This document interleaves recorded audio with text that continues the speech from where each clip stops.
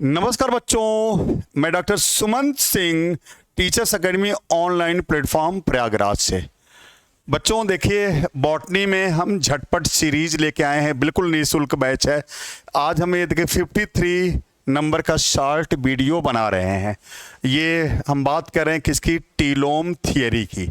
ये टीलोम थियरी जो fossil pteridophytes राहिनियाँ है, उसमें ये टीलोम थियरी अप्लीकेबल है, वहीं से शुरुआत हुई थी। हम देखिए ये जो ब्रांच आप देखिए, ये डाइकोटोमसली ब्रांच है। तो चलिए हम टीलोम थियरी की बात करते हैं। तो टीलोम थियरी देखिए, टीलोम थियरी, टीलोम थियरी देखिए क्या इसमें है। This theory, this theory, this theory was proposed by, this theory was proposed by, this theory was proposed by Zimmerman. This theory was proposed by Zimmerman. Zimmerman. This theory was proposed by Zimmerman in 1930। आगे देखिए क्या है, next point है, according to this theory, according to this theory, according to this theory,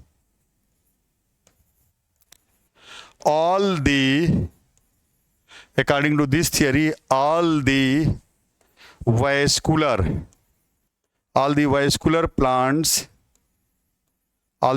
plants evolved from simple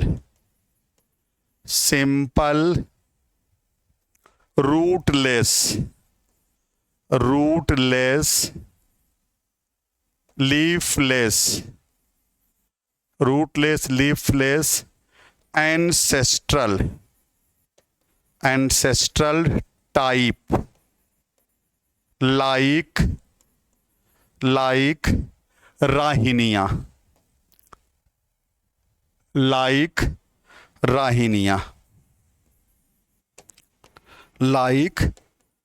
राहिनिया। देखिए हमने क्या बात की यहाँ। This theory was proposed by Zimmermann in 1930, 1930 में। According to this theory all the vascular plants evolve from simple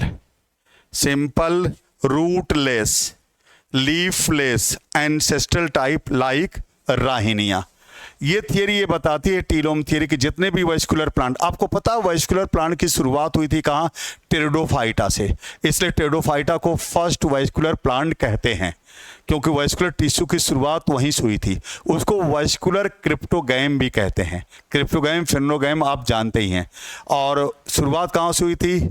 आपका pteridophyta से। तो जितने भी वास्कुलर प्लांट है शुरुआत हुई। तो और आपको पता है कि वास्कुलर प्लांट में ये जो प्राचीनतम है, तो ये आपका राहिनिया है। ये फॉसिल इस समय है, ये फॉसिल है। तो राहिनिया के पास न तो रूट होता है, न लीफ होता है, रूटलेस लीफलेस होता है, और डाइकोटोमसली ब्रांच भी होता है। रूटलेस लीफलेस और डाइकोटोमसली ब्रांच भी लिख लीजिए यहाँ। रूटलेस लीफलेस, यहाँ देखिए ऊपर लिख लीजिएगा, डाइकोटोमसली ब्रांच्ड है, dichotomously branched ancestral type like Rhynia. ठीक है। अब देखिए आपके मान में आ रहा होगा कि डाइकोटोमसली ब्रांच क्या है। देखिए एक ब्रांच से दो ब्रांच निकलेगी, डाइकोटोमसली ब्रांच। 2 से 4 निकलेगी, डाइकोटोमसली ब्रांच। 4 से 8 निकलेगी, डाइकोटोमसली ब्रांच्ड है। तो ये बातें होंगे। देखिए according to this theory all the vascular plant evolve from simple rootless leafless dichotomously branched ancestral type like Rhynia. जरा मैं आपको डाइकोटोमसली ब्रांच दिखा देता हूँ। देखिए कैसे होता है। जैसे मान लीजिए ये देखिए ब्रांच है, ये आपका एक्सिस है। आगे चल करके देखिए ये दो भागों में बंट गया, ये देखिए आपका इस तरह से। फिर देखिए आगे ये दो भागों में बटा, देखिए ये और ये भी देखिए आगे दो भागों में ऐसे बंट गया। देखिए ये इस तरह से अगर होता, एक हुआ, फिर एक से दो हुआ, दो से चार हुआ, इसको हम कहते हैं क्या, डाइकोटोमसली ब्रांच्ड, डाइकोटोमसली ब्रांच्ड कहते हैं। आपको ये भी पता है कि टेरिडोफाइट में ही सबसे पहले सीड हैबिट आई थी, और आपको ये भी पता है कि सीड हैबिट के लिए हेट्रोस्पोरस होना जरूरी है। और आपको ये भी पता है कि मोस्टली टेरिडोफाइट्स होमोस्पोरस होते हैं, केवल 9 टेरिडोफाइट्स हेट्रोस्पोरस होते हैं। तो सीड हैबिट के लिए हेट्रोस्पोरस होना जरूरी है।